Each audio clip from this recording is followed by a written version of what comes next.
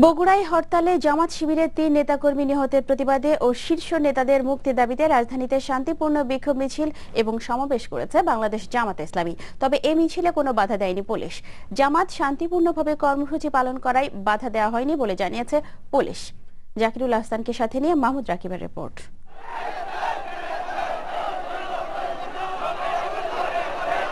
বহুদিন পরে রাজধানীতে জামাতের এভাবেই শান্তিপূর্ণ মিছিল দেখা গেল।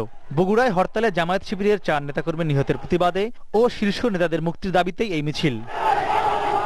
সকালে মিছিলটি নাইটেঙ্গেল মোড় থেকে শুরু হয়ে মতিঝিল শাপলা চত্বরে গিয়ে শেষ হয়। পরে এক সংক্ষিপ্ত সমাবেশে জামায়াত নেতারা বগুড়ায় নিহত ৪ নেতাকর্মীদের হত্যাকারীদের অবিলম্বে আটক ও গ্রেফতারের দাবি জানান।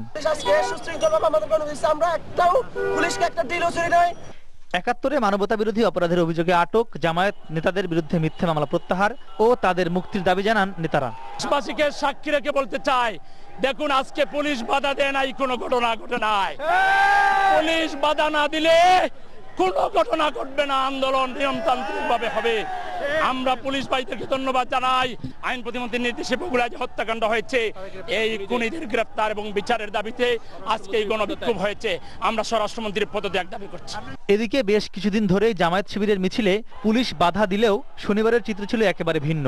পুলিশ বলছে শান্তিপূর্ণ কর্মসূচি পালনের অঙ্গীকার করায় জামায়াতকে বাধা দেওয়া হয়নি। আজ তারা আমাদের কাছে অ্যাপ্রোচ করেছিল যে আমরা খুব শান্তিপূর্ণভাবে আমরা এই কিছু সময় আমরা মিছিল করব এবং কোনো ধরনের কোনো নাশকতামূলক কর্মকাণ্ড তারা ঘটায়নি আজকে, যে কারণে তারা এই কর্মসূচি করতে বললো।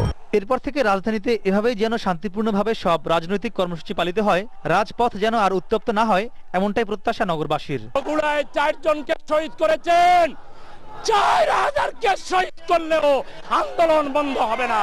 মাহমুদ